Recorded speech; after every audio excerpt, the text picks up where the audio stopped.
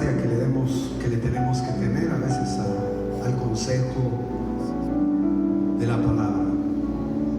Padre bendito, gracias por esta mañana. Gracias por la oportunidad que nos das de estar con nuestros hermanos. Te rogamos, Señor, que de esta palabra cada uno pueda sacar una enseñanza. Que tú puedas, Señor, repartir la palabra de acuerdo a la necesidad de los corazones.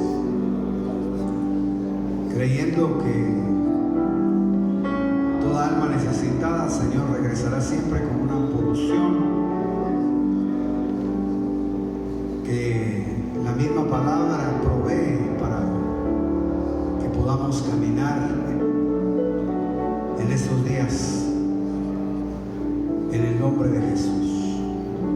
Gracias, Padre amado, por esta mañana. Gracias por la presencia tuya y la presencia de cada uno de nuestros hermanos en esta reunión.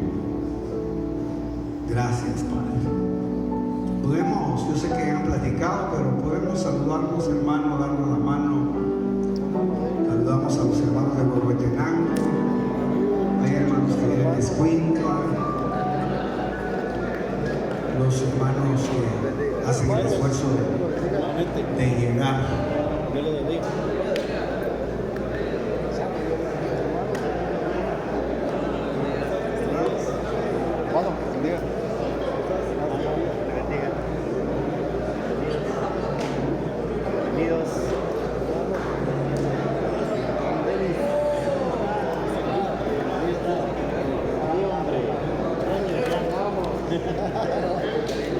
Gracias por todo.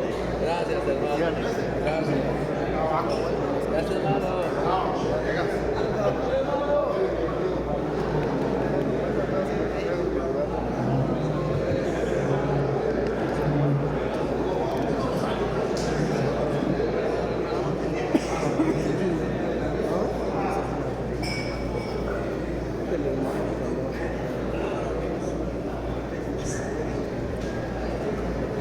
Gloria a Dios. De todos los hermanos, hay alguien que haya venido por primera vez. El hijo del hermano Búcaro me dijeron: siéntase cómodo, varón de Dios. Lo saludamos todos, nos alegramos de tenerlo acá con nosotros.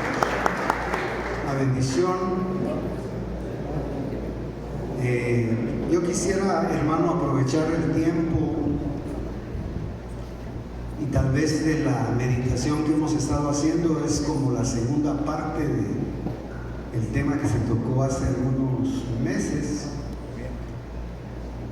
Y pues yo pienso que el título que nos puede servir para darle dirección a la meditación va a ser el mismo, solamente que ahora agregándole la palabra conducta.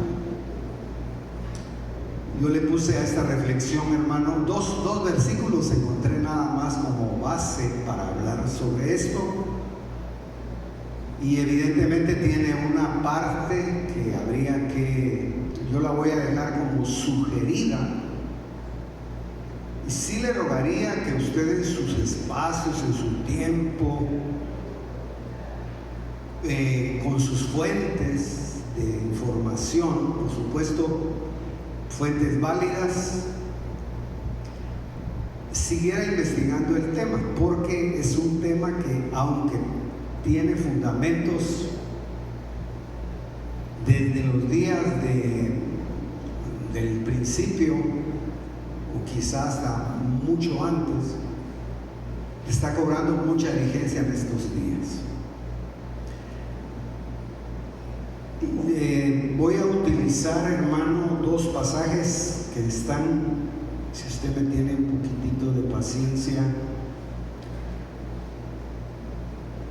Uno está referido a la forma en que Eliseo veía a Elías,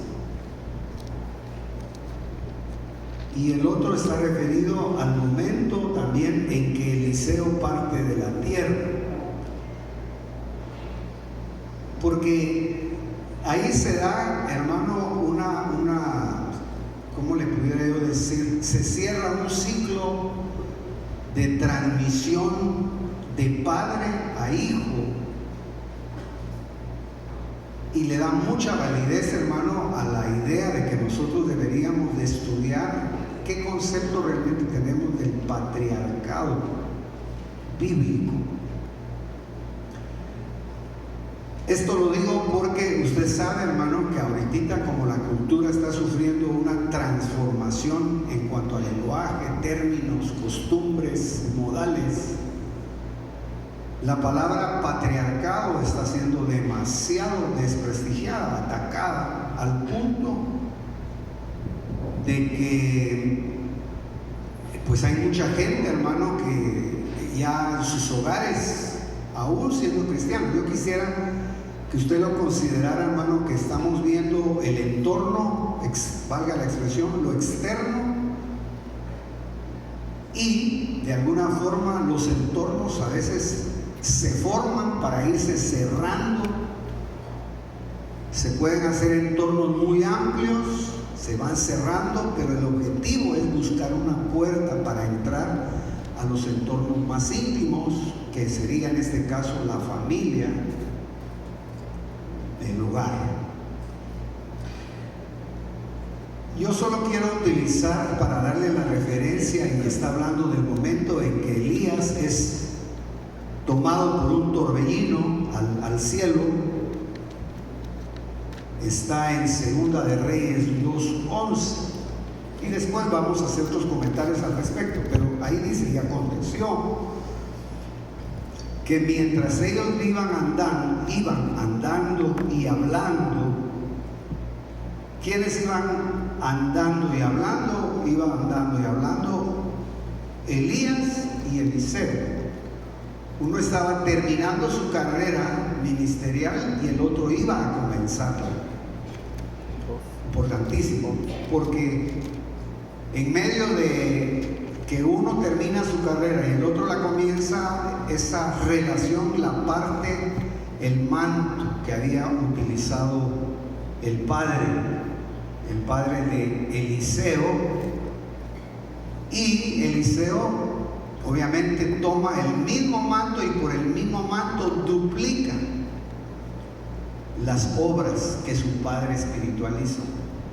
Estoy utilizando la palabra padre porque eso es lo que nos interesa trasladar en esta mañana. Entonces dice: y aconteció que mientras ellos iban caminando y hablando, he aquí apareció un carro de fuego y caballos de fuego que separó a los dos. Y Elías subió al cielo en un torbellino, y los vio Eliseo y clamó: Padre mío, Padre mío, los carros de Israel y su gente de a caballo. En algunas otras versiones dice: los ejércitos de Jehová se han hecho visibles. Y no lo vio más. Entonces tomó sus vestidos y los rasgó en dos pedazos. Acuérdense, hermano, que la vestidura está muy relacionada con el cuerpo físico. Siempre es bueno, tal vez, que nosotros recordemos que la Biblia tiene un mensaje, como hemos enseñado, trasladado y aprendido, encriptado. El objetivo de la vestidura como tal es proteger los órganos internos del cuerpo. Y no me estoy refiriendo a la vestidura digamos, que tenemos y que es visible, que es la hecha por los hombres, sino me estoy refiriendo a la vestidura y al velo del cuerpo físico, que también sería interesante, hermano, hablar un poquito de eso, porque en el camino vamos a ir entendiendo que este tema también está muy relacionado, hermano, con el velo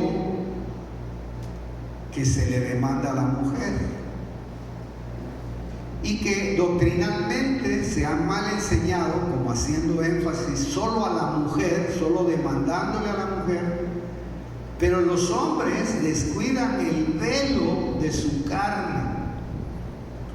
¿Qué es eso? Los hombres descuidan el velo de su cuerpo, que es donde Dios se esconde. Y por eso es que es interesante el tema, pues, si lo viéramos desde ese punto de vista, y por qué el hombre no usa velo y la mujer sí. Porque el hombre tiene una cobertura invisible y la mujer tiene una cobertura visible. Y en este caso solamente para decirles que la doctrina de la cobertura de la mujer, en donde se le demanda una señal de que ella está en la disposición de someterse a la autoridad de Dios a través de sus delegaciones. Ella queda en la iglesia como una señal. La mujer que usa velo con revelación, con conocimiento y con práctica real, queda como una señal muy interesante que puede ser la tipología de una iglesia que está siendo vista y afectada por el mundo espiritual. Regreso. Y lo vio Eliseo y clamó: Padre mío, y los carros de Israel y su gente de a caballo, y no los vio más. Entonces tomó sus vestidos y los rasgó en 2 pedazos. Habla, hermano, de romper velos para que lo que está internamente se haga visible, es decir, que no detengamos nosotros lo que es una visitación de Dios. Esto tiene que ver mucho, hermano, con el quebrantamiento, tiene que ver con la devoción, tiene que ver con manifestar lo que Dios ha colocado dentro de nosotros. El hombre, vamos a decirlo de esta manera, está obligado a manifestar la gloria de Dios. La palabra obligación suena difícil, pero es llamado a manifestar la gloria de Dios o la imagen de Dios. Muchas mujeres nunca encuentran realmente el conocimiento de la sujeción porque no ven en el hombre su estado varonil. Eso es importante. No ven a un varón, sino ven otra cosa. Usted mira ahí, posteriormente vamos a hablar un poquito de eso. Entonces, se queda Eliseo, hermano, con el manto, desarrolla su ministerio, duplica las obras y llega el momento en que él también tiene que partir de esta tierra. Curioso, porque Elías no se le menciona que se haya enfermado. Usted lee que no se murió por una enfermedad, sino más bien él fue trasladado en un estado de santidad. En un estado, hermano, de elevación espiritual, que queda como una puerta abierta para que la iglesia vea que sí pueden haber traslados corporales hacia los cielos. Cuando Elías dice se enfermó, es decir, Elías, imagínense, le quedó el mismo manto, traía la misma enseñanza, había recibido la doble porción, la doble ministración, pero él no fue trasladado. A él lo alcanzó la enfermedad. Que dice, cuando Elías se enfermó con la enfermedad de la cual había de morir, Segunda de Reyes 13:14, Joás, el rey de Israel, descendió a él y lloró sobre su rostro y le dijo: Padre mío, Padre mío. Las mismas palabras que Elías le había dicho, que Eliseo le había reconocido a Elías como un padre espiritual o como un patriarca. Las mismas palabras le dijo el rey a Eliseo. Quiere decir que Eliseo llegó en determinado momento a cerrar un ciclo de perfección en cuanto a su desarrollo como padre espiritual. Por eso es importante, hermano, que usted y yo analicemos Qué importante es que la iglesia se desarrolle los varones al punto de que Dios los pueda hacer padres espirituales. Eso es importantísimo. De la paternidad de Dios, voy a decir, es fácil hablar porque Dios es perfecto y encontramos en la Escritura muchos textos. Pero ¿cómo hacer para que la paternidad de Dios encuentre espacio en los varones? Es el problema. Y eso también es bueno considerarlo, y yo creo que el apóstol Pablo mismo, usted recordará,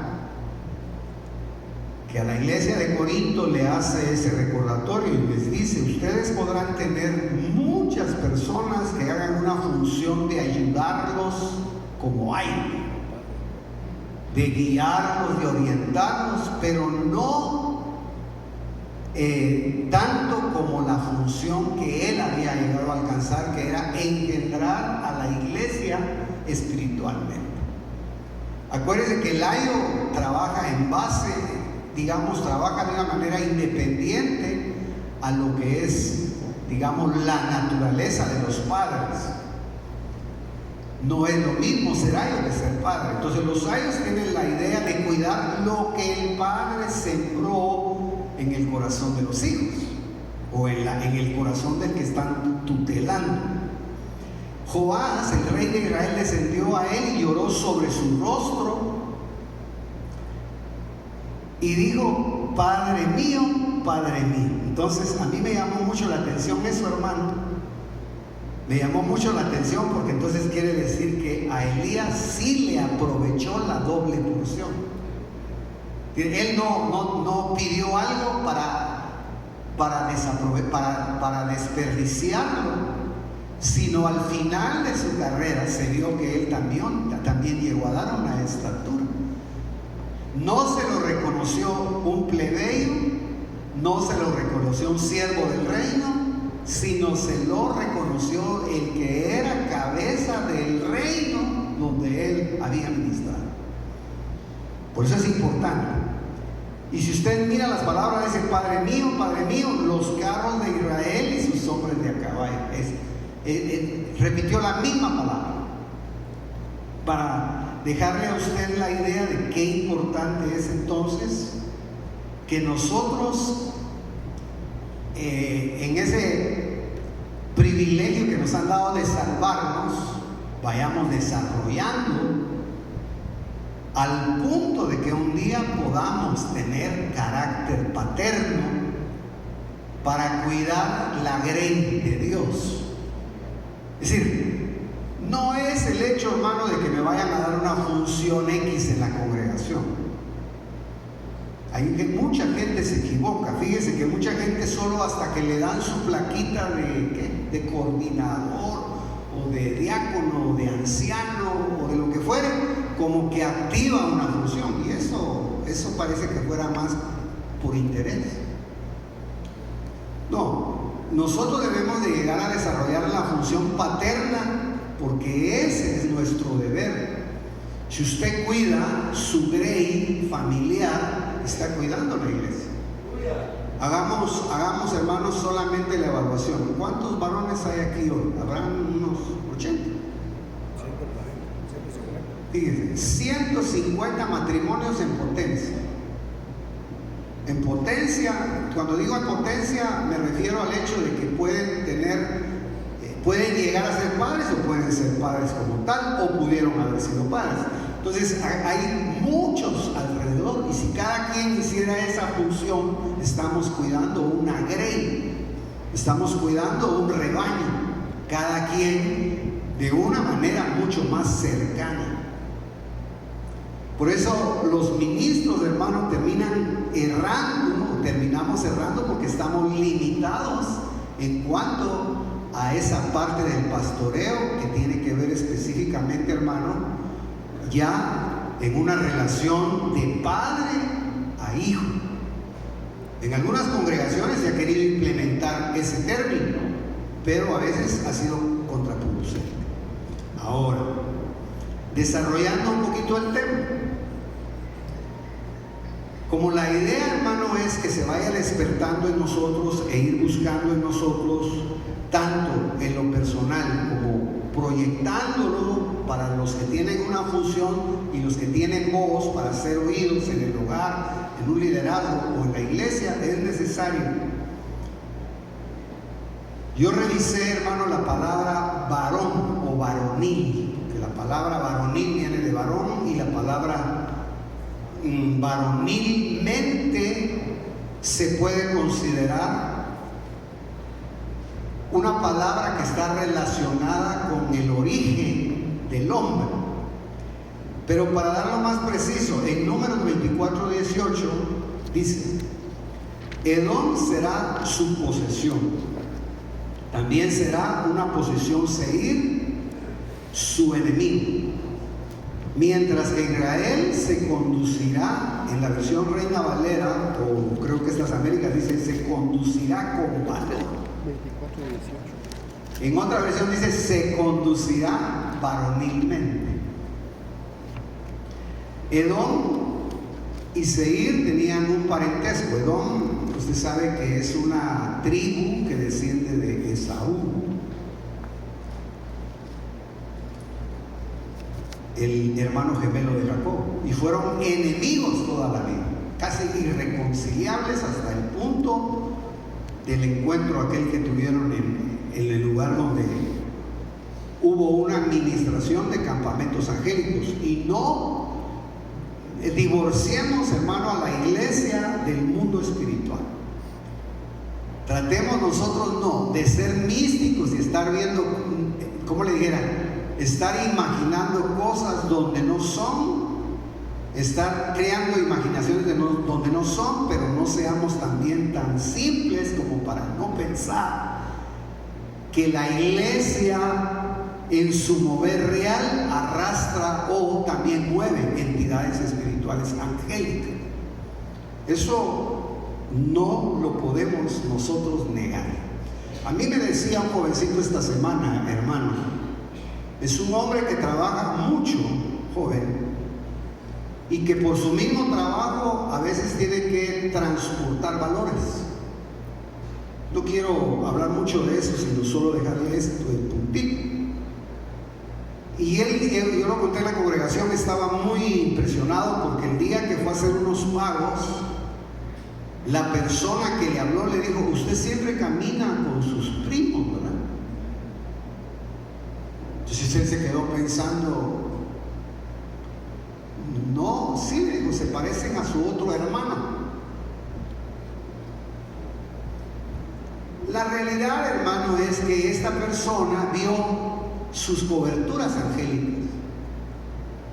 No, le digo, se parecen a su hermano, son sus primos, son porque son altos, son bien fuertes y siempre andan atrás de usted. Y el hermano andaba, pero mire, emocionado, contento. Y le dije: hermano, déjeme decirle que yo creo fervientemente en eso. Amén. Por experiencias personales y por experiencias que hemos oído en los años. Esto solo lo digo, hermano, por lo de los dos campamentos. Jacob nunca, hermano, pudo haber pasado por el territorio de Saúl si no hubiese sido porque en ese lugar hubo intervenciones angélicas. Eso téngalo usted como algo, hermano, que opera sobre nuestra vida, tengamos conciencia o no tengamos conciencia. Ahora, cuando está hablando entonces del conflicto que se quedó entre Saúl, los descendientes del monte Seir, que eran gigantes, y la simiente de Israel, a lo que le recomienda a Dios es la conducta, fíjense. Le comienza a hablar de que se porte varonilmente. Bueno, pues estoy hablando de esto porque nos vamos a ir metiendo en otro aspecto. Ahora, en Génesis 25:25 dice que está hablando de Esaú, precisamente Jacob, que el que salió primero evidentemente fue Esaú y traía una contienda muy fuerte con Jacob, y eso pues los mantuvo siempre en esa lucha famosa de la cual ya se ha predicado. La palabra varón o varonilmente, es decir, se está tratando de decir que es como los verdaderos varones. Hermano, tenga usted muy presente, y yo tomo mi parte. Acuérdense, estamos viviendo la época de la transculturización de las personas. Estamos viviendo la época, y tal vez yo le pedía a Darwin que por favor me pusiera las imágenes, hermano. Algunos las habrán visto, pero algunos otros no. Que me pusiera las imágenes, hermano, de los grandes referentes o de parte de los referentes de Hollywood que están saliendo por el mundo, hermano, como abanderados de esa transculturización, en donde se está quitándole la masculinidad al varón. Por favor, Darwin, ustedes conocen a ese personaje. ¿Alguno lo conoce?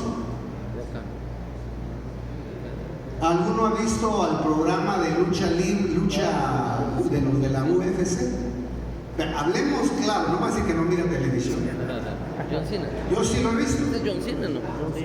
Cena. Él es de apellido, miren, él es un hombre, hermano, creado para golpearse con todos nosotros juntos. Pero ahora pongan la otra imagen, Darwin. Mire, pare ahí. Mire la imagen que están poniendo de los hombres. Todos ustedes lo saben en películas. No voy a hablar mucho de ellos, sino solamente lo que quiero que usted vea lo que está trasladando Hollywood. ¿No le gustarían sus trajecitos? Tal vez regresa la anterior a esta, Darwin, donde sale este personaje. No, sale con falda. Solamente para que usted vea, hermano, el trabajo que están haciendo. Yo nada más lo pongo como referencia. Yo creo que no aparece ahí, pero bueno, ahí está. Miren, su faldita corta. Y si usted lo viera pelear, cosa seria. Bueno, eso nada más le dije a David que lo pusiera. Si usted quiere ver ese documental, es de un pastor norteamericano, Paul Washer, que está hablando precisamente de ese tema. Y me llamó mucho la atención que él está tratando específicamente el tema. ¿Por qué le digo esto? Porque, hermano, parecería que ese mundo no existe. Y a mí me interesa mucho trasladárselo a la iglesia y salvar en cierta medida la responsabilidad para que de abuelos a padres, de padres a hijos, de ministros a discípulos, vayamos de alguna manera causando conciencia de cuánto realmente nosotros tenemos conocimiento de qué es lo que el mundo está trabajando para contaminar y matar la iglesia, matar los hogares, la estructura familiar. Es importante. Entonces, cuando se está hablando de lo varonilmente, es decir, como verdaderos varones, no olvidando su principio de creación. Varón y hembra los creó Dios.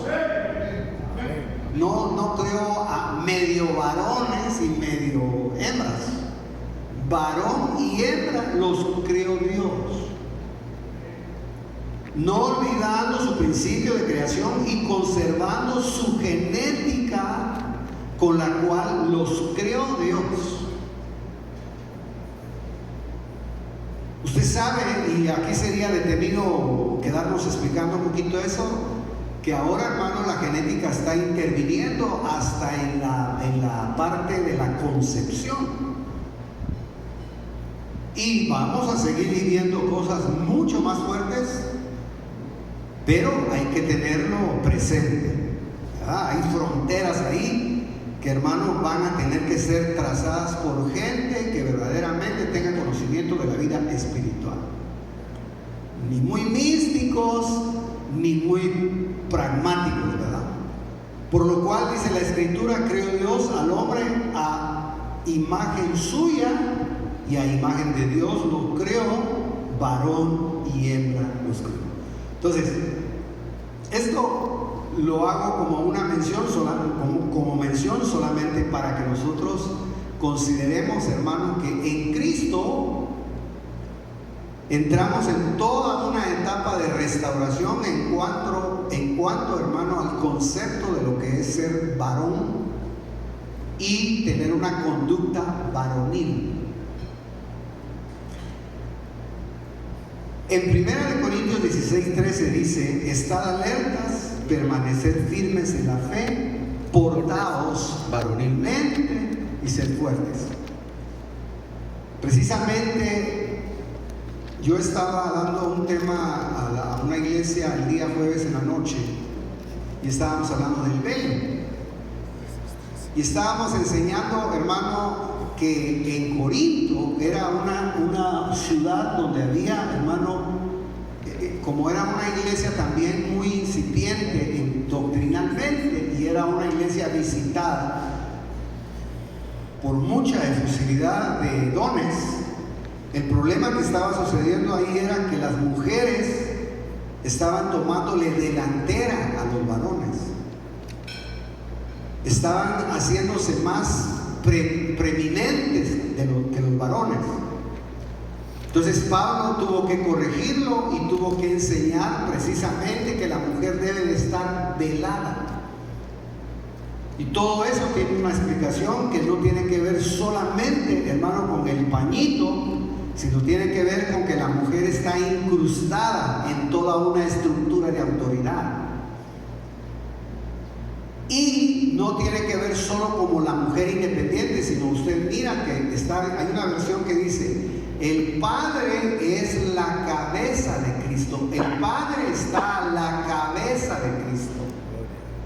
Y Cristo está a la cabeza del varón. Y el varón está a la cabeza de la mujer.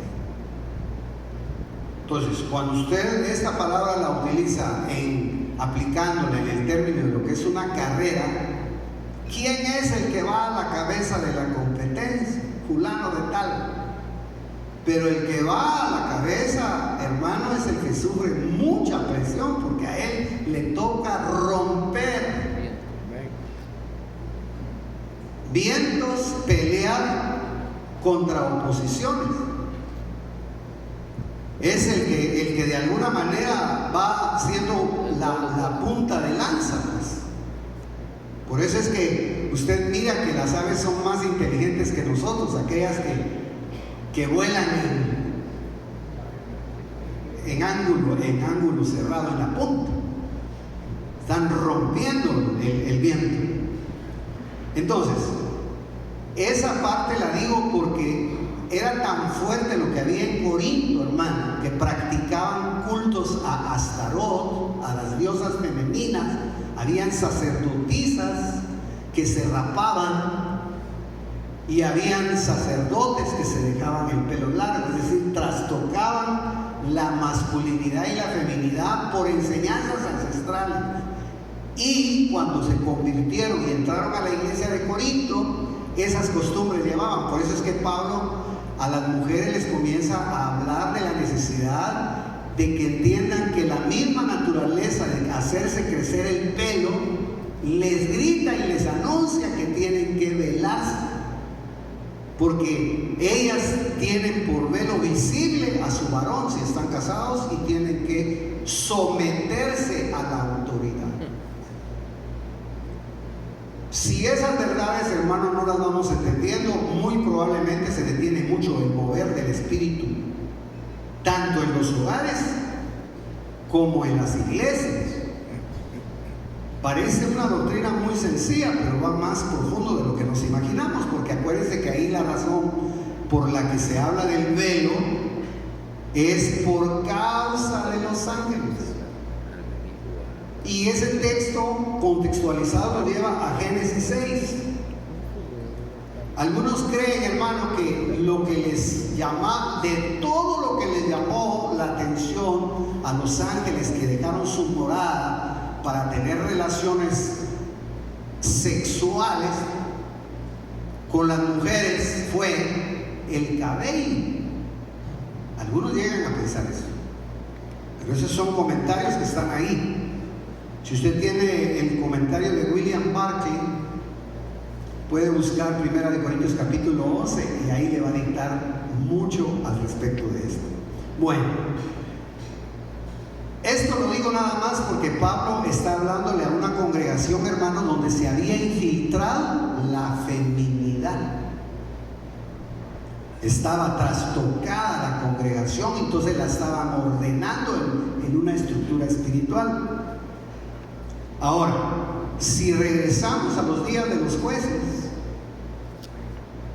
acuérdense que los días de los jueces se caracterizó por la corrupción de los jueces. Es decir, la corrupción, hermano, no estaba atacando a los que dictaban justicia. No se podía ver la justicia porque desde la corrupción había avanzado de tal manera, hermano, que los que juzgaban eran los más corruptos. Entonces, como consecuencia de que se había roto, ¿sí? En los días de los jueces, hermano, usted se acordará que dice que cada quien hacía lo que quería. No había un orden de mando, no había una estructura, por el hecho de que ya años atrás se había olvidado Israel de Jehová y se habían olvidado de las enseñanzas de Moisés. Moisés, hermanos, se las había trasladado a Josué, Josué se las había trasladado a sus ancianos, los ancianos habían muerto y se levantó una cuarta generación sin conocimiento de todos esos principios. Eso usted lo ha escuchado. Como consecuencia de que se había roto el cordón de 3 dobleces, acuérdense que la palabra cordón 3 dobleces ahí no es solo aplicado a lo que nosotros utilizamos en el matrimonio, en la unión espíritu, alma y cuerpo. Eso es parte de, pero el cordón de 3 dobleces, desde el punto de vista mucho más hebreo, es la enseñanza que va de la generación de abuelo a nieto, de abuelo a hijo, de hijo a nieto. Cuando la enseñanza, hermano, llega desde el abuelo hasta los nietos, lo que sucede es que ahí hay un cordón de 3 dobleces. Esa es la idea. Pero eso se había roto. Dice, como consecuencia de que se había roto el cordón de 3 dobleces que provenía desde los días de Moisés, habiendo muerto la generación que salió con Moisés, murió la generación que siguió con Josué, y murió la generación que se quedó de los días de los ancianos de Josué. Y de ahí, hermanos, se volvieron a los Baales y a las aceras. Esto es bien importante. Fíjense, cuando ya ellos no tuvieron enseñanza, cuando ellos ya no tuvieron quien los engendrara, cuando ya no habían padres espirituales, por eso, hermano amado, vuelvo a insistir. Aquí no estamos hablando de enseñanza de padres a hijos o a hijas. Es un término general. Usted tiene niñas, tiene que enseñarles a ellas a ser mujercitas. Tiene varones, Tiene que enseñarles a ser varones, pero no enseñarles solo verbalmente, sino que vean que su padre es un varón. Y oiga esto, hermano, la esencia de ser varón, ¿sabe dónde está escondido? ¿Dónde está escondida la esencia de lo que es ser varón? En el espíritu de Dios. Por eso la doctrina es importantísima. Si usted mira, hermano, la estructura, y eso se ha gritado y se ha predicado, hermano, la estructura del tabernáculo que le mandaron a hacer a Moisés fue: construye primero desde el lugar santísimo.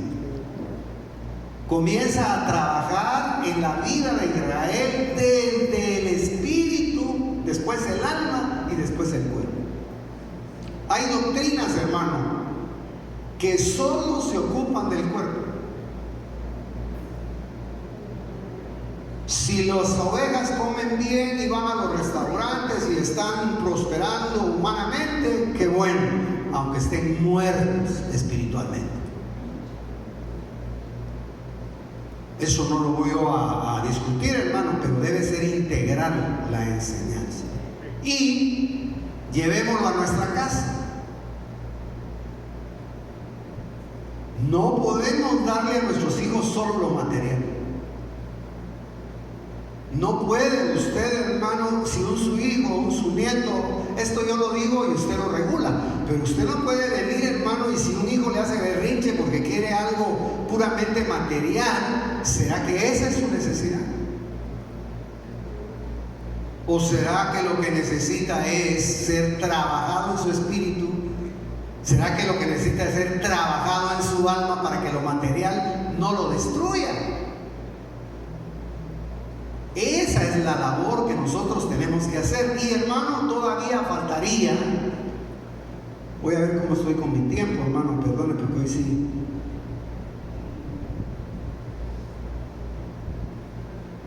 Llevo 25 minutos. Entonces, faltaría, hermano, definir la palabra varonil. En los días de los jueces, dice, los hijos de Israel hicieron lo malo ante los ojos del Señor y se olvidaron del Señor su Dios y sirvieron a los Baales y a las Aceras. En los días de Corintio 6:9 dice: ¿o no sabéis que los injustos no heredarán el reino de Dios? No os dejéis engañar, ni los inmorales, ni los idólatras, ni los adúlteros, ni los afeminados, ni los homosexuales, usted sabe lo que sigue, heredarán en el reino de Dios. Textos demasiado fuertes, pero lo que tenemos que considerar, hermano, es que esta potestad ha ido tomando, hermano, una fuerza tan descontrolada que ya lo estamos viendo muy materializado en la sociedad guatemalteca. Hay otros lugares, hermano, en donde están peleando fuertemente. Y es ahí donde entran otros sesgos más delicados, porque, hermano, ahora esto se ha politizado. Al punto, hermano, de que los gobiernos lo establecen. Estos no son ocurrencias, estas no son inclinaciones hacia un lado y a otro político, sino estas son realidades que estamos viendo en el mundo en muchos sectores. Y el que no lo quiera ver, pues es lógico, pero hermano, esas son realidades demostrables. Ahora, para no aburrir, Baal y Astarot era una especie de un matrimonio. Eran dos potestades, una masculina y una femenina. Por eso es bien interesante. A Baal en el mundo antiguo se le conocía como el padre de los dioses, el Dios supremo. ¿Por qué estoy hablando de esto? Porque en los días de los jueces Israel apostató, lo que hermano Telo decía. Israel apostató, Israel prácticamente se divorció de Dios. se separaron y entonces, hermano, entró un movimiento apóstata en el que, hermano, vomitaban la enseñanza de Dios. Hace días, hermano, yo vi a una mujer, y lo digo delante de Dios, yo sé que era tipología, vi a una mujer vomitando en la iglesia. ¿Y sabe qué es eso, hermano? Gente que no asimila la doctrina, la agarra, la digiere y la vuelve a sacar. No tienen estructura espiritual, hermano, para recibir la enseñanza. Y acuérdense de esto, varón de Dios. Recibir doctrina no lo hace a uno solo oír, lo hace. Usted va a recibir doctrina si primeramente busca a Dios. Por eso el hombre, hermano, cuando se habla de la mujer, el hombre es el llamado a buscar a Dios, porque él es el velo de su mujer. Gloria a Dios. Gloria a Dios. Él tiene por velo el velo de su cuerpo. Ahí está escondida la imagen del Dios invisible. Entonces la mujer, aunque no se lo diga, por naturaleza lo que ella quisiera ver es la imagen de Dios en su cabeza espiritual, en su varón. Pero el varón tiene que entender que él, si no tiene la imagen porque no busca a Dios, va a tener problemas. Aunque la esposa, hermano, use velo. Si ese es el tema. Ahora, dice, a Baal se le conocía en el mundo antiguo como el padre de los dioses, el Dios supremo, el creador, el Dios supremo, el Dios creador, bondadoso. Es exactamente, hermano, la imitación del Padre eterno. Y tenía la representación de un toro con alas y también se le llamaba Eloah. Y su esposa principal era Aser o Astarte o Istar. ¿Se acuerda cuando Pablo llegó a Éfeso? Hermano, en Éfeso había una potestad femenina que gobernaba la nación.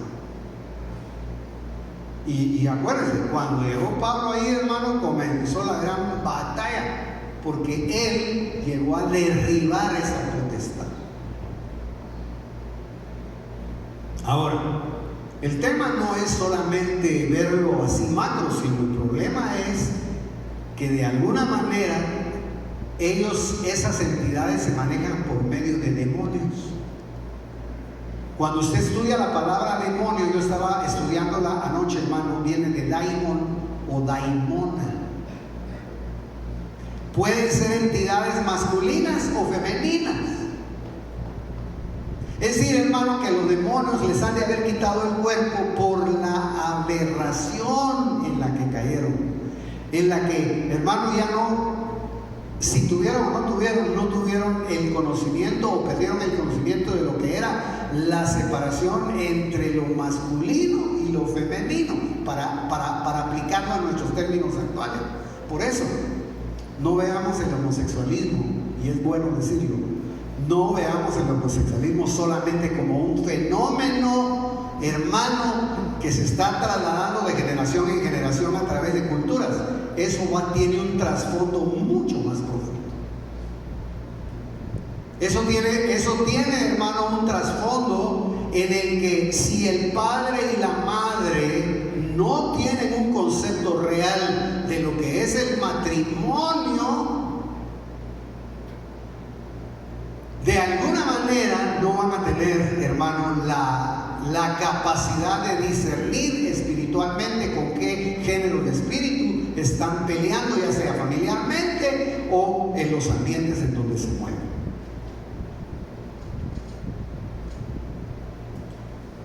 Es importantísima esta parte. Es tan importante la lucha espiritual de Elías. Usted acuérdense que Elías, hermano, su batalla era no con un Baal, era con la representación de Acera que se proyectaba en Jezabel.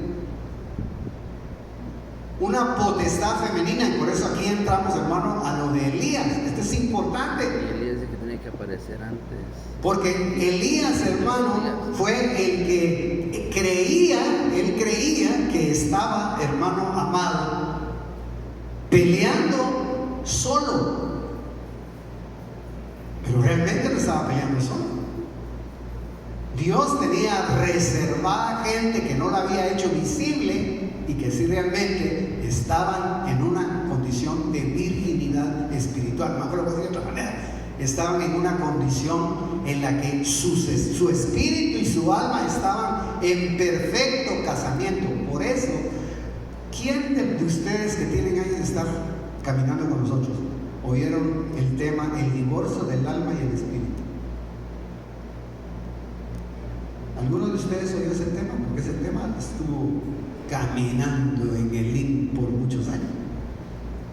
No lo vieron. El divorcio, fíjese, del alma y el espíritu. Ese yo lo di mucho tiempo, allá. ¿Que sabe de qué tenía que ver eso? Ese tema tiene que ver, hermano, con lo delicado que es que no sepamos que entre nuestro espíritu y nuestra alma debe de haber armonía. Que no. Por eso es que usted mira que Pablo dice, porque el espíritu está presto, pero la carne es débil. Y por eso usted ve que en Gálatas dice que adentro de nosotros hay una lucha entre carne y espíritu. Entonces el que no libera esas batallas parecería que fuera espiritual, pero en el fondo es carnal. Entonces son temas aparentemente sencillos, pero no lo veamos tan sencillo. Es tan importante la lucha espiritual de Elías. ¿Por qué creen que Elías, hermano, fue levantado? Porque él era un hombre tridimensionalmente armónico. Por tiempo, la doble porción, cuando usted lee el pasaje, dice que lo andaba persiguiendo Jezabel, que era la proyección de Ashera. Y no lo quería, hermano, solo para irle a sobar la cabeza, se lo quería escabechar. Cuando, hermano, lo acorrala, ya no había, hermano, alimento en la tierra que lo pudiera levantar. Quiere decir que aunque Elías, traduzcámoslo a nuestra época, aunque Elías hubiera llegado, hermano, a una de las iglesias más avivadas y hubiera predicado uno de los ministros más elevados, ni eso le era suficiente para levantarse de la depresión en que estaba viviendo. Tuvieron que venir seres angélicos con pan del cielo y agua del cielo y dársela 2 veces. Amén. Ahora, yo le quiero decir algo. Si usted hace una estadística, hermano, de quién sufre más depresión, ¿será que el hombre o la mujer?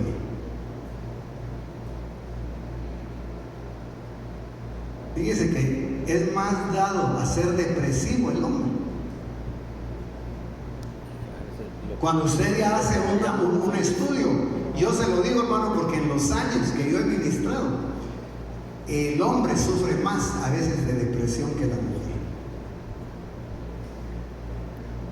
Ahora, esta parte yo se la comento nada más para que usted vea que estamos hablando de lo varonil. El varón es el que sabe abrazar el amor de Dios para poder cubrir a su esposa, y de ahí se pueden desprender muchas cosas más. Pero para no perderme e ir, digamos, cerrando esta parte o concluyendo, porque no lo quiero aburrir, es tan importante la lucha espiritual de Elías, porque a él le tocó luchar con ese matrimonio espiritual ancestral por donde se proyectaban esos poderes. Ahora yo le hago una pregunta, hermano, ¿de veras usted cree que estamos divorciados de ese mundo espiritual nosotros? Mire, en Estados Unidos están asustados. Y sabe, usted lo puede leer en tratados, en libros, lo puede ver, dicen los comentaristas que en Estados Unidos, hermano, desde que se quitó la oración de las escuelas, desde que, hermano, comenzaron a ellos a negar y a negar, comenzaron a invadir otras cosas los colegios. Ahora, asústese. hay iglesias en donde de una manera sutil ya se quitó la oración. Y tal vez no va a ver usted, no va a oír, hermano, que se dice: mire, hermano, aquí la oración la vamos a dejar porque no lo vemos tan importante. Tal vez no, aunque yo le voy a decir algo. En la iglesia donde yo crecí, había oración, pero muy ferviente los lunes. No sé si algunos de ustedes se acordarán, algunos aquí eran niños. Y yo me recuerdo, hermano, que yo iba a esos cultos de oración y eran unas cosas extraordinarias. Ahí habían liberaciones, ahí habían sanidades, ahí habían bautismo de Espíritu Santo. Ahí era, hermano, la extensión de lo que era la administración con poder. Oiga, llegó una persona que me reservo el nombre y le fue a hablar al pastor y le dijo: ¿pero para qué la oración? ¿Y sabe qué, hermano? Terminaron quitando la oración. Y yo comencé a ver que desde ahí se comenzó a perder mucho aspecto relacionado con el poder de Dios. Eso se lo estoy diciendo ya con conocimiento. Y cuando nosotros llegamos a la iglesia, hermano, y yo ya llegué, ya no en una función de oveja, sino en una función más pastoral, comenzamos a impulsar otra vez la necesidad de orar. ¿Por qué? Porque, hermano, Elías era el único que podía pelear con esa potestad. ¿Por qué? Porque él tenía la llave, él tenía la fórmula del altar, que no era un altar cualquiera. Si usted mira, y no voy a, esto es un poquito vasto, pero solo para que se tome la idea, porque la lucha de Elías con ese matrimonio ancestral, y ese matrimonio ancestral, hermano, lo que hace es feminizar al hombre y masculinizar a la mujer. Porque sabe, hermano, como decíamos, que si destruye el concepto del varón, destruye el matrimonio, destruye los hogares, destruye las iglesias y destruye las sociedades. Y eso no es una noticia nueva, eso ya está caminando.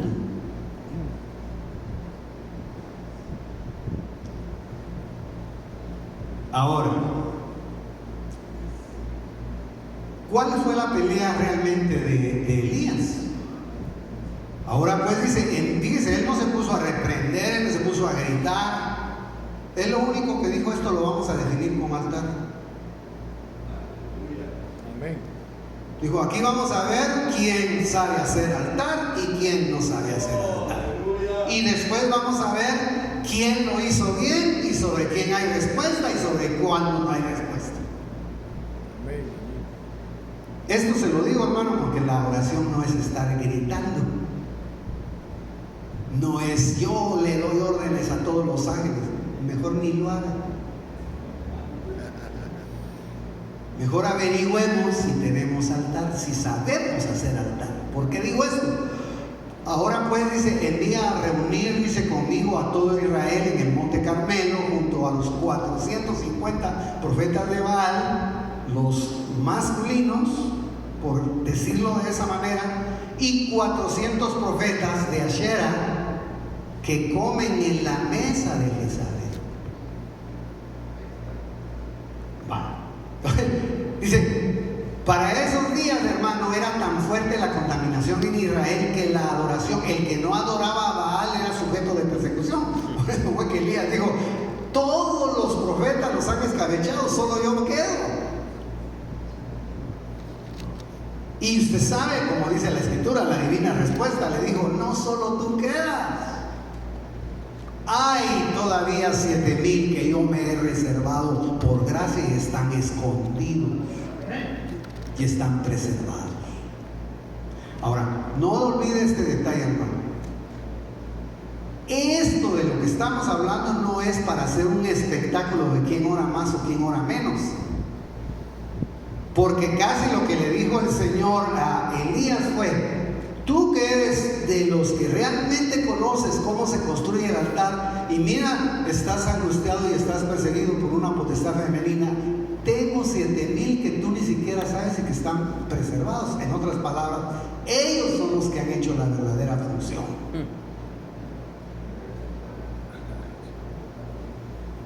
Por eso dice la adoración a Baal y a Astarot, los cuales se habían hecho fuertes al punto de que los que se negaban a dicha adoración eran perseguidos, atrapados y asesinados. Miren, para resumir, el altar, por favor, si usted lo puede leer en Primera de Reyes 19:10, es un altar integral, hermano, en el amor de Dios. Tal vez algunos lo han oído, otros no lo han oído, pero para mí es una bendición repetirlo. Acuérdense, no era un altar de una piedra, era de 12. Era un altar integral. Quiere decir que si, por ejemplo, dice hacer, porque cada una de las piedrecitas dice que representaba a uno de los hijos de Israel, hacer quiere decir dichoso. Bueno, si usted mañana le dice a su familia, le dice a sus hijos: mis hijos, vamos a salir y vamos a ir a dar una vuelta a X lugar, por decirle, y cuando regresan, fíjese, no fueron a orar, usted no se paró ahí donde los llevó y le dijo: bueno, mis hijos, los traje a orar aquí al puerto. Sino usted los agarró y les dijo: yo quiero compartir con ustedes, o tal vez no les dijo nada, vénganse, vamos. Pero resulta que cuando regresan usted los mira felices, usted los mira contentos.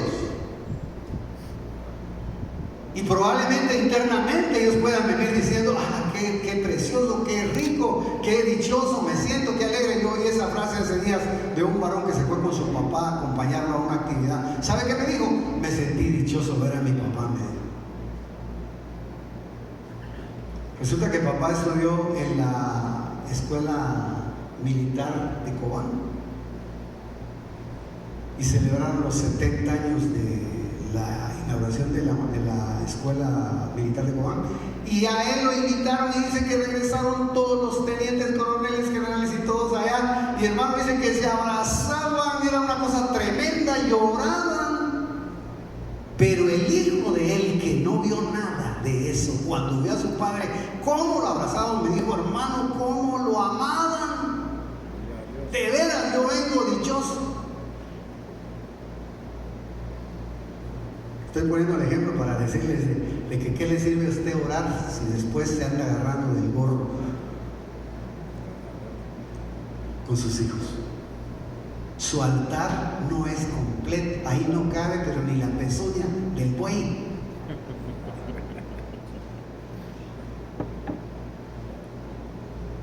Me doy a entender, los veo muy... ¿Ya trajeron el almuerzo, hermanos? ¿No le parece correcto lo que estamos tratando de trasladar? Es un altar, hermano, integral. Bueno, mire, solo estoy entresacando algunas cosas.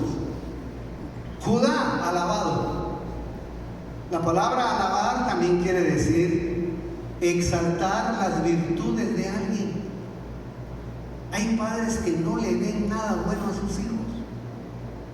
Anda, de veras que vos sí que desde que naciste solo problemas has tenido. Anda, de veras, mira con vos son unos problemas. Ah, ¿será que unos problemas o será que también le sirven de utilidad a los hijos? Porque, hermano, uno marca, miren, usted lo sabe, y aquí hay hombres de años y de respeto y con hijos. Pero yo le voy a decir algo: la voz que más oyen los hijos es la voz del padre. Que el padre les diga: mira, mi hijo, hace esto, mira, hijo, qué bueno, ala, qué importante lo que hiciste, o me gustó lo que hiciste. Yo veo cómo los levanta. Eso es altar. Es altar integral. Un abrazo, una expresión. Por eso estas doctrinas donde trastocan la personalidad de la gente están causando, hermano, estragos en las niñas y en los jóvenes. Al punto, hermano, de que hay hombres con necesidad de afecto y el abrazo de otro hombre los desequilibra. Por eso es importante esta parte. Yo nada más le estoy entresacando. Por ejemplo, dice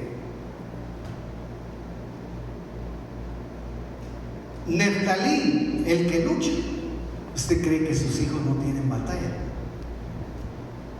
pero imagínese solo que usted le diga: tu lucha es mi lucha. Que no, mira, yo te voy a decir algo, no estás solo en eso. Porque, mire, hermano, yo le voy a decir algo. Cuando mis hijos estaban pequeños, yo me recuerdo que no sé quién de los dos hizo una su travesura, pero yo traía el patrón de mi viejita madre. Yo era chinche en la escuela, ¿no? Pues decirle que nosotros teníamos un campeonato de box clandestino. Y la clase tenía un espacio así como un rincito de madera, y cuando se salía la maestra nos quedábamos, hermano, nos turnábamos para ver quién era el que iba a mandar en la clase. Y nos sacábamos sangre, por eso tengo la nariz torcida. Nos sacábamos sangre por boca y nariz. Y yo recuerdo, hermano, que a mí me tocó pelear con Amílcar Chacón. ¿Por qué lo señalo? Porque usted lo conoce. Y sabe que con Amílcar Chacón nos peleamos muchos años, desde la primaria. Y siendo él ya oficial en Cobán, un día me manda un papel y me mandó un dibujo y me dice: Ángel, te mando a pedir perdón y te cuento que ya soy cristiano. Y me alegro cuando me manda mensaje. Pero ¿saben dónde entró eso? Desde que nos agarramos de niños. Hermano, me agarran en una de esas riñas y mandan a llamar a mi mamá. Entonces mi mamá iba, me acuerdo, con la mano así. Y lo que llevaba, hermano, era allá en mi pueblo le llamamos un chiridisco, bien peladito, hermano. Mi maestra se llamaba Consuelo Quintana, Ochoa de Quintana, y entonces le dije: señor Connie, aquí le vengo a entregar 12 juncazos, por favor, hoy. Hermano, Para estar completo. Mire, yo solo miraba. Entonces yo traía la escuela del juncazo. Quise hacer lo mismo con mis hijos. Lo estoy contando, hermano, porque hizo una suavería uno en la escuela. Y cuando yo quise intervenir, oí cuando el Señor me dijo: no los maltrates. Porque si tú les pegas, te vas a hacer enemigo de ellos, porque tú no sabes si en lo que realmente le sucedió y por lo que lo castigaron es justo o es injusto. Y si estás siendo parte de una injusticia, te vas a volver enemigo de ellos toda la vida.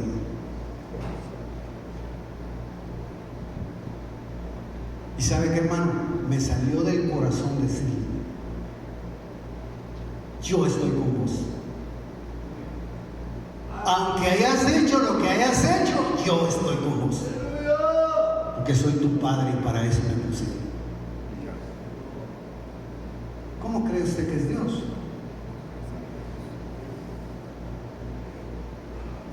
Hermano amado, estamos hablando de vida de altar.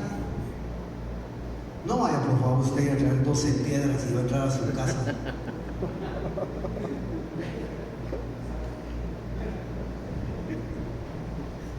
Esa es la idea. ¿Cómo vamos a pelear con esos poderes?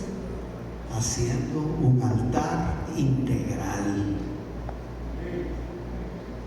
Hay mucho ahí, y solo déjenme terminar con esta parte, porque, hermano, esto fue lo que a mí me llamó mucho la atención, que Elías, una porción le dieron, pero era una porción para su espíritu. y se volvió a dormir. Por eso regresó el ángel 2 veces. Porque era tan fuerte, hermano, era tan fuerte la depresión, era tan fuerte. Y acuérdese, la palabra dormido ahí no quiere decir que usted se va a quedar dormido en la calle. Usted puede perfectamente ir en su carro cantando y hasta coritos, bien dormido. Por eso es interesante, porque ahí dice, hermano, que le dice: levántate y come. Miró y aquí había en su cabecera una torta cocida sobre piedras calientes y una vasija de agua. Comió, bebió y volvió a acostarse. Porque déjenme aplicarlo, era una porción para su espíritu, pero el alma todavía no estaba trabajada. ¿Usted quién cree que pesa más, el alma o el espíritu?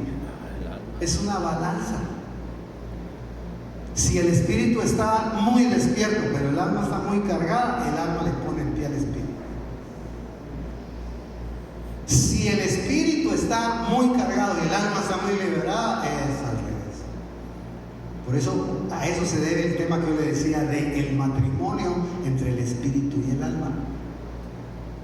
Y lo que Dios va a hacer es que Él va a definir, hermano, esa estructura, nos va a ir definiendo en esa estructura, y usted no va a tener necesidad de mucho, sino en su habitación temporal va a habitar el espíritu del varón perfecto. A nosotros ya nos dieron el espíritu del varón perfecto, que es Cristo Jesús, la esperanza gloriosa. Dice: y comió y volvió comió, bebió y volvió a acostarse. Y el ángel volvió por segunda vez. Y esto yo lo veía, hermano, como la parte de trabajar la porción que tiene que ver con trabajar el alma, que es todavía más complicada, hasta llegar al monte Horeb. Y por eso es que Eliseo le dijo: dame la doble porción. Dame la porción que me va a servir para que yo también pueda decir Padre o Padre. Que acuérdese que ese es el amén, amén. Ese es ciertamente. No es algo que él esté diciendo, saber si será mi papá. No. Padre, Padre. Tú eres en donde está escondida la naturaleza del Padre de los cielos. Por eso es interesante. Y usted mira que al final, como conclusión, yo solo ponía esto: es la administración, digamos, la doble porción, que es la que nosotros los varones necesitamos. Hermano amado, esta porción no la necesita la mujer, la necesitamos los que tenemos mujer. Es la administración que preserva la genética de la especie que pusieron en nosotros. Usted, estábamos hablando del hermano Jacobito allá. Hermano, ¿usted escogió ser varón? No me vaya a parecer usted como que de repente, fíjese, hermano Ángel, que desde la semana pasada me estoy autopercibiendo como un avión. Porque va a entrar volando usted aquí, por no decir otras cosas. Es importante esa parte, y que está tipificada en los 70 profetas que no han doblado sus rodillas a Baal,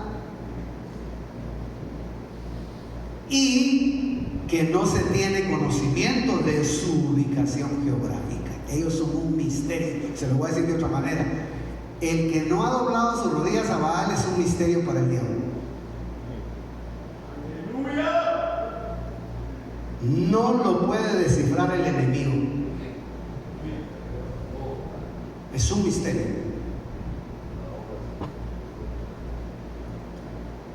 Y es el ministerio, y puede ejercer el ministerio preservado, porque su espíritu llega a tener conocimiento de la verdadera santidad. Por eso, hermano, cuando David pecó,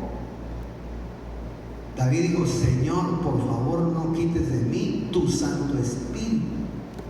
Dame, por favor, un espíritu recto. Pero cuando usted va a los contextos y tal vez a otros libros que alumbran, lo que él estaba pidiendo era que le dieran un Espíritu Santo. Solamente que la etimología no lo utiliza porque ese término es más específico para el Espíritu que imparte santidad, que es el Espíritu Santo de Dios.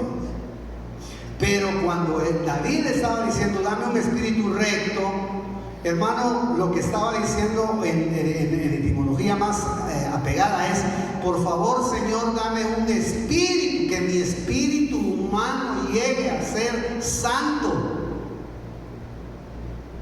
Si no, ¿cómo explica usted el término, hermano amado, de las contaminaciones de espíritu? Por eso ahí está clara la palabra. Él dice: porque su espíritu va a tener el conocimiento de la santidad que imparte Dios por su Espíritu Santo. Y su alma también llegó a tener la misma estatura, que es, hermano, la tipología de Cristo y la novia haciendo una entidad. Antes de que haya matrimonio con Cristo, debe haber matrimonio interno, que puede llegar a ser un alma sagrada, un alma santa, en unidad con Dios dentro de un cuerpo. De tal manera que, ¿cuál es el camino que nos queda? Es que Dios, hermano, vaya trabajando en nuestro espíritu, porque si su espíritu está y conociendo la santidad de Dios, es muy difícil que lo trastoquen genéticamente. Porque, hermano, solo vea usted, y esa usted lo sabe. Yo, perdone, tal vez yo estoy muy mundialista, pero si usted se pone a ver videos de lo que están programando y sacando por el mundo, se asusta uno, hermano. Porque acuérdese, ya hay movimientos cristianos que aceptan el matrimonio homosexual. Pero claro, eso no tiene que ver solamente con destruir una vida, sino eso tiene que ver, hermano, con la destrucción de la sociedad, tiene que verlo con romper el pacto que se hizo con Dios, una serie de cosas, hermano, que la iglesia tal vez unos la cuantifican y otros no la cuantifican. De tal manera que sí, todavía nos queda camino largo. ¿Por qué? Porque yo no sé si usted y yo podemos decir de veras, Señor, que yo en mi espíritu sí he empezado a percibir la santidad de Dios. Y no hablemos de una santidad mística, hermano, de la santidad real. Porque la santidad no es que usted se aparte y no hable con nada. No, yo con los pecadores no. Cristo comía con gente extraña, pero él no se contaminaba. Entonces, de tal manera que Dios, yo ¿qué le dijera yo? La perlita es: si logramos que nuestro espíritu abrace el concepto de la santidad real, usted va a ver cómo nos vamos a volver más varoniles. Vamos a abrazar a nuestras hijas, vamos a abrazar a nuestros hijos, vamos a platicar con ellos con claridad, podremos tocar cualquier tema sin condenarlos, podemos hacer una tarea sacerdotal, tendremos compasión, habrá disciplina cuando es necesario,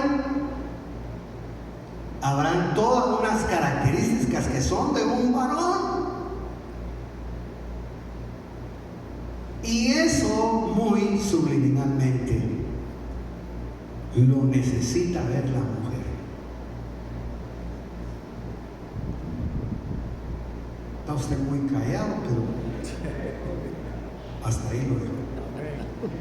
Siga. ¿Se captó algo, hermano? Tema complejo,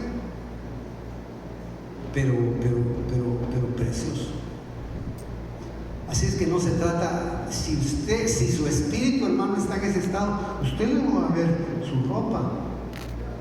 Yo voy a ver mi ropa, las niñas van a ver su ropa, todo, no van a haber legalismos, pues.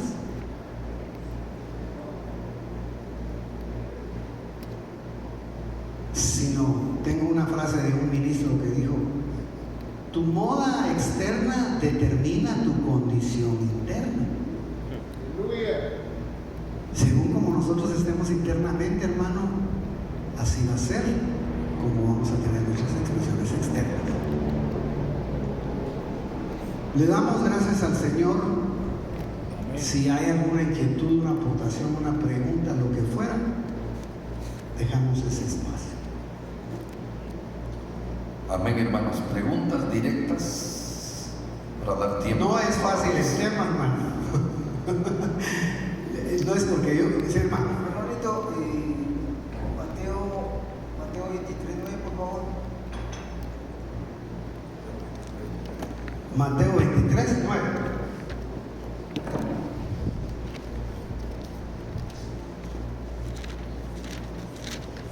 Dice: y no llaméis a nadie Padre vuestro en la tierra, porque uno es sí. Ese pasaje yo lo tenía.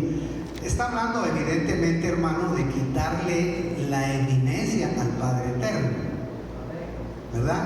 Cuando estamos hablando de una paternidad, estamos hablando de la paternidad que Dios le ha dado al hombre como tal, en su familia. Tal vez aquí se está refiriendo más a que en aquellos tiempos se le llamaba padre espiritual a otros y se exageraba.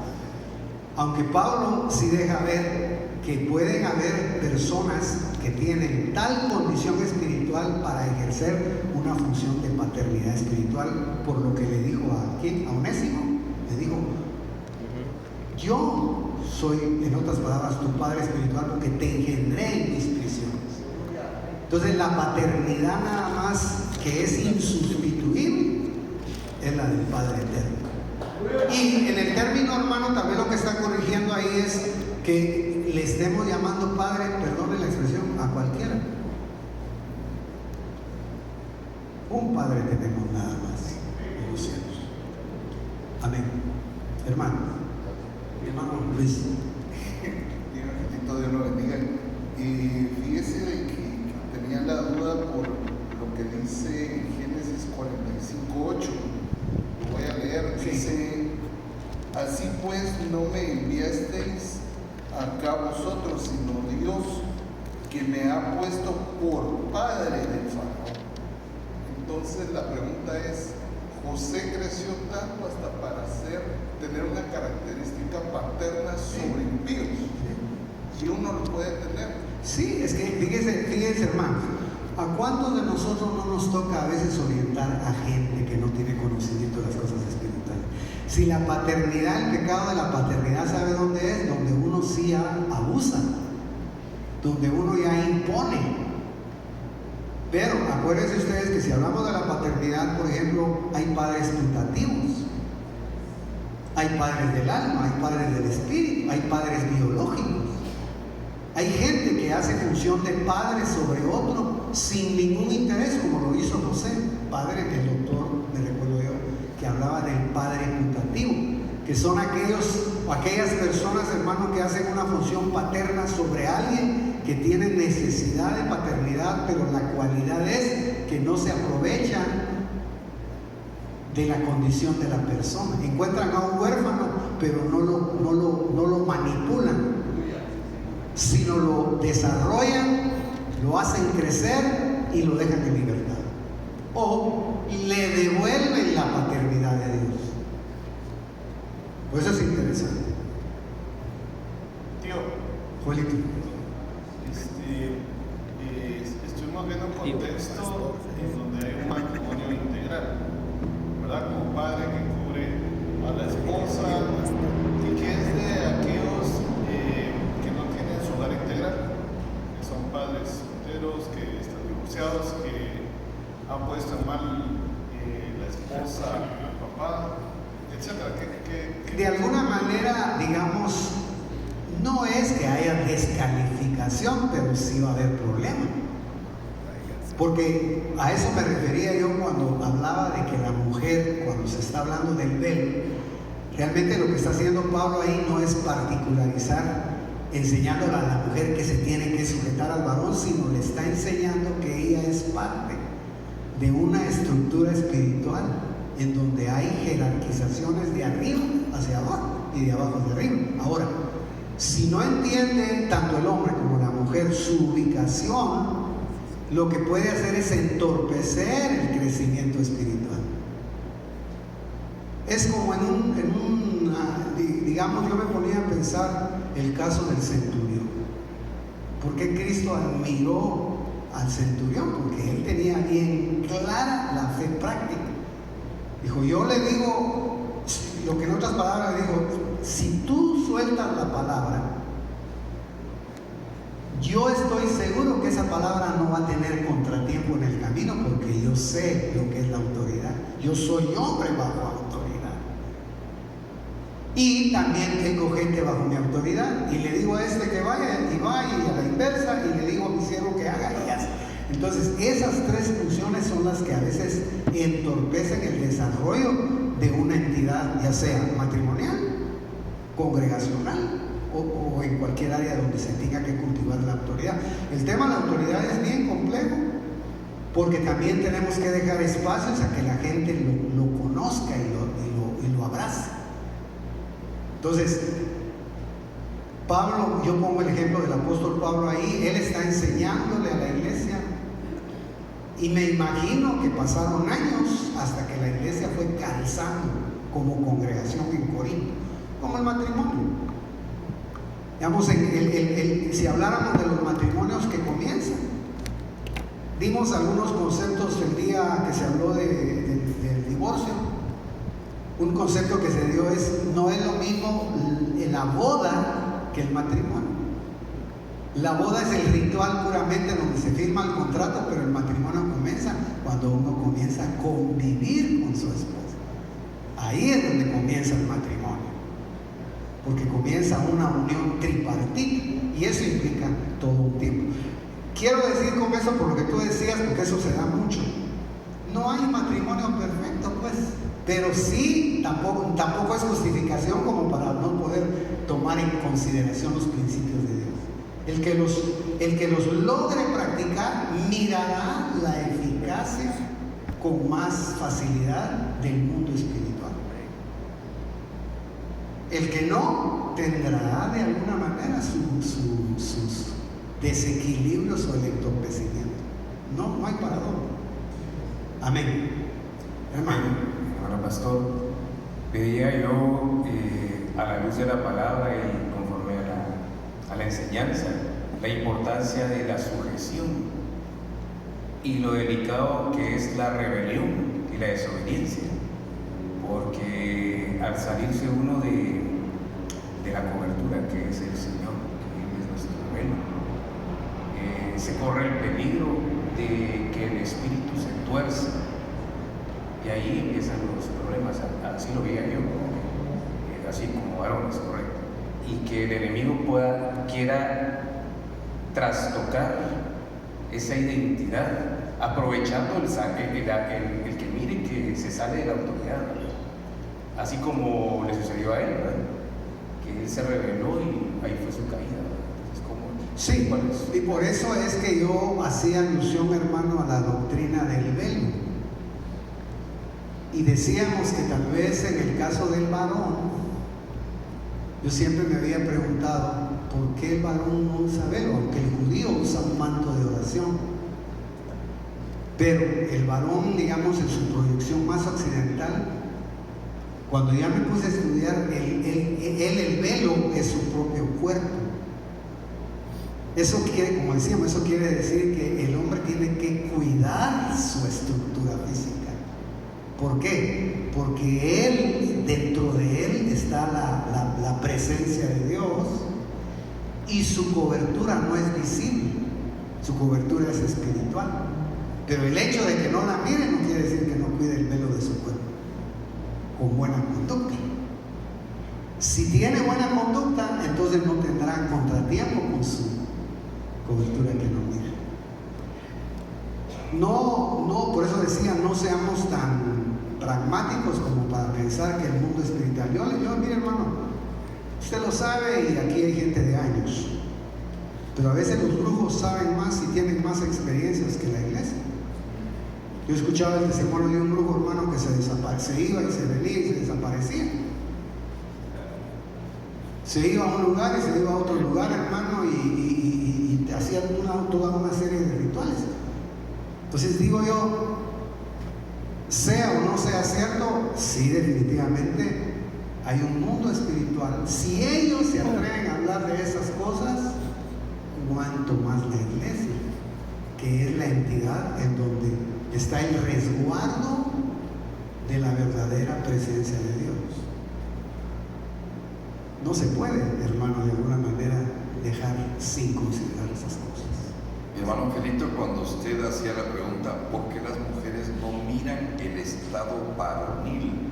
¿Será por esa conducta del varón en su rol? Es que, por ejemplo, hermano, si un hombre maltrata a su esposa,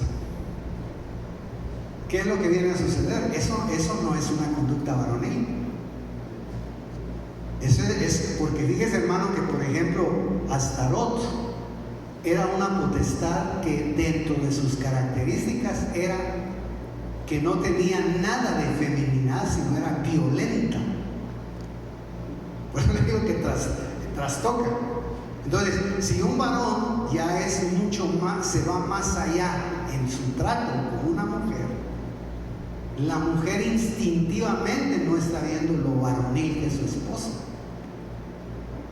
Y eso ya la expone a ella a resistir. Por puro instinto. Fíjese que decíamos que cuando Pablo le está diciendo a la iglesia, hermanas, pero si a ustedes no teniendo el velo en la calle, lo que les sirve de cobertura, dice la versión, es su pelo, entonces ¿por qué no quieren ponerse una señal de autoridad? Porque eso era nada más para que ellos dijeran, yo acepto la autoridad de Dios a través de la delegación que me diste. Eso es todo. Lo tenían que acuerpar con una sujeción real. Y el hombre tenía que hacer la prolongación de eso, teniendo conexión con Dios, que es el que da la autoridad. Por eso lo que decía mi hermano Marvin, no hay autoridad sin sujeción. Uno puede decir yo tengo autoridad, pero si nadie se le sujeta, lo que le están diciendo es que no tiene autoridad. Tienen que estar esos dos puntos de unión. Y aquí está hermano Víctor Pernía, ¿dónde lo vi hace ratito? Hermano Víctor, mi otro hermano que está a la par. Ellos dos, me conmuevo cuando los miro. Ellos dos son miembros de la primera iglesia que yo pastoreé. Zona 14, hace 38 años. Cuando a mí me fueron a instalar a la iglesia, la autoridad no me la dio, me instaló la autoridad. Es decir, mi autoridad llegó y me instaló, pero no por el hecho de que a mí me había instalado una autoridad, yo iba a poder irles a gritar. La autoridad me dijo, Señor, hay que ganarla. Pues el gran problema, hermano, es que es que yo aquí soy el hombre y aquí yo mando. No, usted no manda. Lo que tiene que aprender es a mandar. Tiene que aprender a obedecer, tiene que aprender a tratar bien, a ser varón, para que entonces la esposa reconozca o los hijos reconozcan. Menciono esto nada más porque quería poner el ejemplo de que aunque a uno lo pongan legítimamente en un lugar como autoridad, la autoridad se gana, se ejercita. Amén, hermano pastor, una pregunta. Hermano. Espero no salir del tema. Sí, hermano. En mi caso personal, yo tengo dos hijos que adopté. Ya son mayores, ya son responsables. Y hace unos días yo me preguntaba con mi esposa, ¿por qué me fijé en ti sabiendo que eras casada y teniendo dos hijos? Estaba en proceso de divorcio. Y me decías, también es una pregunta que yo me hago. ¿Sería una tarea que el Señor me dejó o por qué permitió que yo me fijara en una mujer comprometida? Hermano, no escuché el principio. ¿Tengo 2 hijos? A lo que adopté. Son ajenos, no son propios, ya son adultos. Yo conocí a mi esposa en proceso de divorcio. Entonces yo me hacía la pregunta, si el Señor permitió que yo la conociera o fue una tarea que Él me dejó para sacar 2 hijos ajenos adelante. Es una pregunta que yo me he estado haciendo siempre. Mire, por supuesto que la respuesta no puede ser totalmente esta, pero como digamos Pablo cuando habla del matrimonio dice, el que está en esclavitud quédese como está, hablando de la condición en que uno encuentra a una persona. Pero ese quédese como está no quiere decir que uno no tenga que someterse a un proceso de restauración. Pues generalmente, si uno se casa, tiene que ver sobre qué fundamento se casó. Si se casó con una persona divorciada legítimamente, obviamente, pues todo eso habrá que trabajarlo para que el próximo matrimonio no arrastre consecuencias. Generalmente a veces no se hace eso. Si el matrimonio, por ejemplo, si el divorcio fue una salida, porque no había otra, pues evidentemente la persona que rehaga su vida en su momento y bajo dirección de Dios, tiene que, nosotros decimos, ministrarse toda esa vida para que no se pueda convertir en algo repetitivo. Porque, por ejemplo, usted conoció a su esposa en ciertas condiciones, pero la mujer no concibe solamente biológicamente. La mujer concibe también almáticamente. Decía hermano a Jacobito, papá, que estábamos hablando de la formación del bebé y que el bebé toma del alma de la madre muchas características. Por eso los que tienen ahorita hijos en el vientre también se deben de ministrar. ¿Por qué? Porque hermanos, se está formando el alma de un nuevo ser. No se está creando, se está formando. Y quien está aportando toda esa semilla es la madre, porque es el punto más directo de contacto. Ahora, sería un tema de tratarlo más específicamente. Cuando usted se casó, ¿ya tenían a sus niños o ellos son fruto del matrimonio con su esposa? Si son fruto del matrimonio con su esposa y no hubo una administración que limpiara el pasado, probablemente a nivel sanguíneo pudo haber pasado un gen. Fíjese, a mí me llama mucho la atención, yo no soy de ver, les digo, testimonios de brujos, pero no sé por qué me puse a ver algo. Y ellos, hermano, trabajan con sangre porque saben que los pactos de sangre no son entregas de un padre a hijo, sino son entregas generacionales. Ellos saben que cuando hacen un pacto de sangre, están entregando hasta su 4ª generación, con consecuencias reales. Ahora, eso es cuestión de estudiarlo, y por eso la recomendación que a veces uno deja es que el que se va a casar, está bien que use sus pláticas, lo hemos hablado, hermanos Saulito, sus pláticas prematrimoniales, y son prematrimoniales, la palabra lo dice, no definen las cosas porque todavía no están casados realmente. Son previas, son como anuncios que les van a servir para cuando ellos ya experimenten lo que es estar casados. Y ahí habrá que reforzar o habrá que corregir. Entonces, el alma, en estos casos a veces el alma trae una herencia, una conducta que se reprodujo en los hijos. Solamente que no se manifestó, sino en el momento en el que ellos comenzaron a hacer una vida ya de matrimonio. Que eso habría que trabajarlo también. Hay iglesias que lo trabajan, hay otras iglesias que no. A veces, hermano, cuando hay una conversión real en el bautismo de agua se rompen todas esas maldiciones. No podemos todo limitarlo al hecho de ir y que nos trabaje en ningún lugar específico.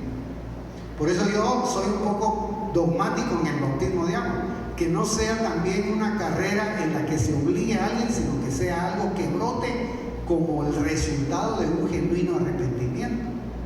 Porque entonces va a haber una administración que puede limpiar ancestralmente la vida de los que se bautizan. Este es un tema complejo, pero acuérdense, uno se reproduce, no solo biológicamente.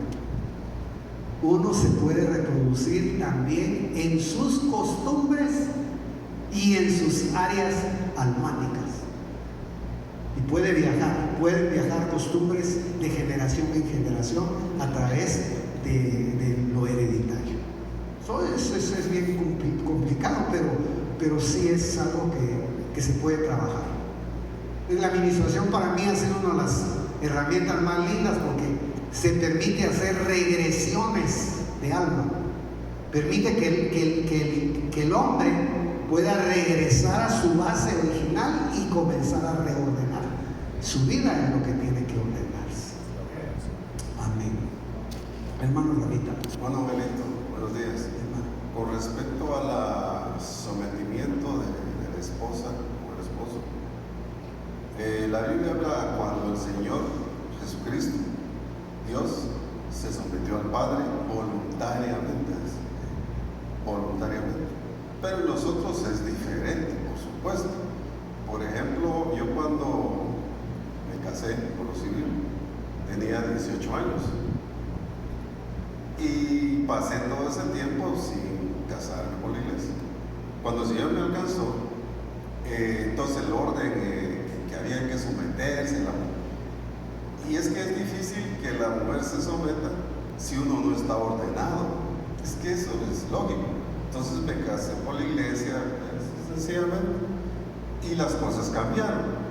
Por ejemplo, yo tenía, en la empresa que trabajé, había un amigo y me dijo: fíjate vos, Rafita, que yo tengo mi esposa y no la amo, me dijo.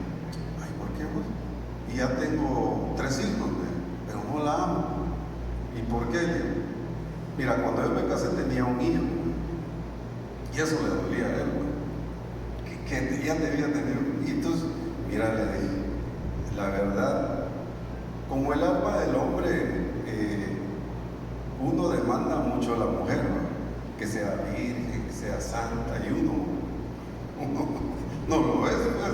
Y entonces le dije, mira, preocupate más por verle esa parte que has dejado de verle a ella, que ella te ama.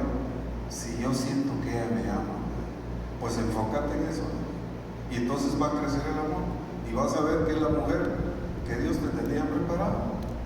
Y como a los 2 años me dijo: vos, ya amo a mi esposa, me dijo. Y mire, ahora a los años, ¿no? Yo dejé de trabajar, acá también me junté con él y me dice: mira vos, me dijo, Dios te bendiga, me dijo, porque amo a esa mujer y ha sido bendición para mi vida. Entonces, el punto es que uno demanda, y la mujer lo que desea de que uno sea un hombre de Dios, un varón, ¿no? Pero para eso tenemos que llenar nosotros primero ciertos requisitos para evidenciar, porque la mujer demanda seguridad. Entonces, y eso se lo vamos a dar nosotros cuando nosotros nos afirmemos y nos sometamos voluntariamente a la obediencia del Espíritu Santo. Entonces eso se va a trasladar espiritualmente, y ella es que se va a evidenciar cuando ella se someta las bendiciones que va a recibir. Y eso se va, yo diría que es de reflexionar nosotros, porque nosotros demandamos, pero no reflexionamos internamente cómo estamos en el Señor. Sí, y también por lo que hermano Rafita dice, acordémonos que el reino de Dios es dinámico. Fíjese que el padre, digamos, Baal dice que era el padre de la lluvia, y Astarot era la tierra que fertilizaba. Entonces realmente ahí lo que está hablando es de un ciclo de reproducción de una semilla. Entonces a veces los padres, tomando esa tipología teología, a veces no hacemos la tarea de sembrar en nuestra esposa lo que queremos cosechar con el tiempo. Hay gente que quiere frutos rápido y no siembra. Hay que sembrar y tener paciencia, porque Santiago lo dice, queremos cosechar. Lo primero que tenemos que tener es tener paciencia. Podemos tener tierra, podemos tener semilla y podemos sembrar bien, pero si no tenemos paciencia, no esperamos el fruto. Entonces, por lo que el hermano Rafita decía, qué importante es ver también la doctrina a la luz de la siembra y la cosecha y del tiempo. Hermano. Hermano Angelito, Dios le bendiga. Una consulta.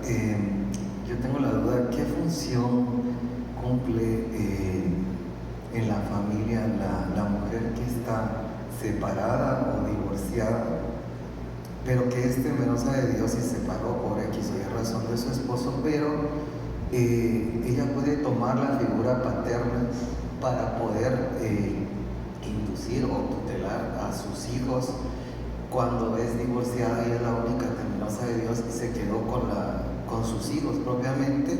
¿Y cómo es que se refuerza la paternidad de los hijos cuando no tienen esa figura paterna, sino solo la de la madre, pero que es temerosa de Dios y los instruye en ese camino? Fíjese, hermano, que es interesante porque, digamos, la mujer cuando se queda sola puede nutrirse del conocimiento que pueda adquirir a través de la palabra, pero de alguna manera siempre va a hacer falta. ¿Por qué? Porque no tiene la naturaleza paterna.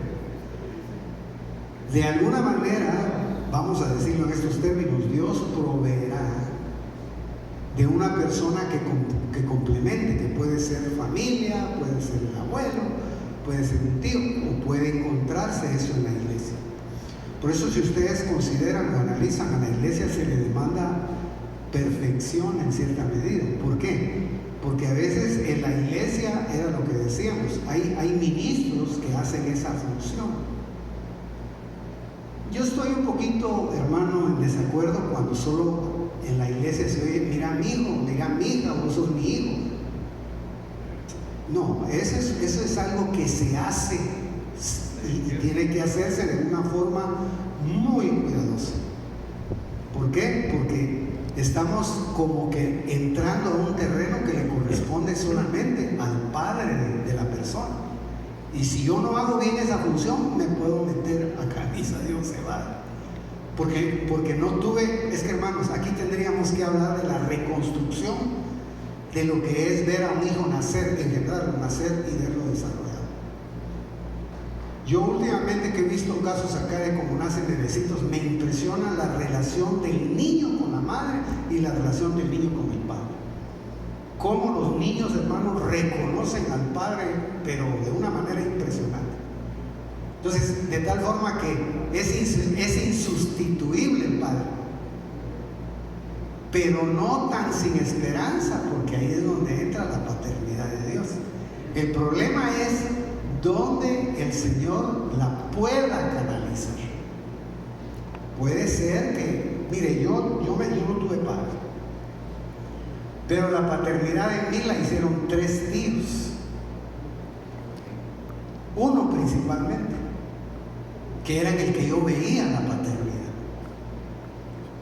Entonces, siempre en la familia es lo de los padres putativos, ¿verdad? A veces la iglesia debería tener esa función. Y creo yo que los ministros en cierta medida lo hacen. Pero yo siempre abogo porque tenemos que ser muy cuidadosos. Si ustedes me preguntan a mí ha habido gente que me viene a decir, mire, hermano, usted es mi padre porque yo no tuve padre. Pero ese es un compromiso. Porque también, ¿cómo voy a usar yo esa apertura que me están dando? ¿Será que yo voy a utilizarla bien o la voy a utilizar mal? O porque me dijo, usted es mi padre, y yo, mire, no quiero que hagas, no quiero que hagas. Siempre va a haber ahí sesgos, hermano, que son de mucho cuidado y que yo creo que a la Madre de Dios la va a ir dotando de sabiduría para también hacer en cierta medida la doble función. No es fácil, hermano, pero tampoco es imposible, porque ahí entra la escuela del Espíritu Santo de Dios. Acuérdense, hermanos, que la iglesia tiene tantos recursos. Yo he visto madres que tal vez no tienen esa parte, pero tienen altar. Entonces tal vez no hay alguien, pero se ponen a clamar, se ponen a orar, y lo que no hacen los padres lo hace Dios. La iglesia tiene muchos recursos. Oramos, hermano. Hermanos, déjenme decirles algo, es una bendición la reunión. ¿Hay alguna que se quedaron en paz? Amén. A mí me preocupa, pero levantemos nuestra mano, pongámonos de pie y le vamos a dar gracias a Dios por este momento. Y gracias al Señor por estas reuniones, porque uno puede de alguna manera generalizar algunos conceptos.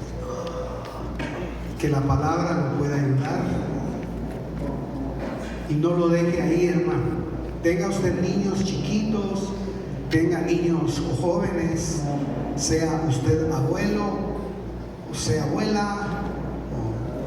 Tratemos nosotros también de ser sabios en cuanto a todas estas estructuras espirituales que son necesarias. Padre Santo, agradecemos la oportunidad que nos das esta mañana y esta tarde, Señor. Tú has escuchado lo que hemos tratado de exponer. Te rogamos, Señor bendito, que la palabra pueda traer fruto adecuado, deseado, Señor. Te rogamos misericordia, Padre. Bendecimos en el nombre de Jesús a cada uno de nuestros hermanos.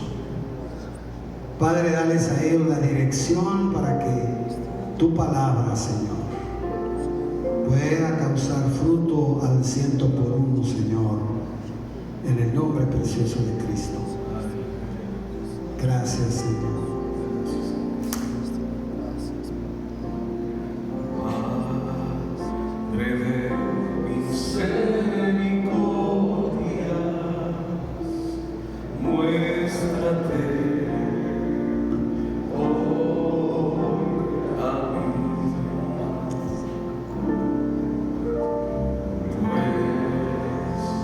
Te quiero.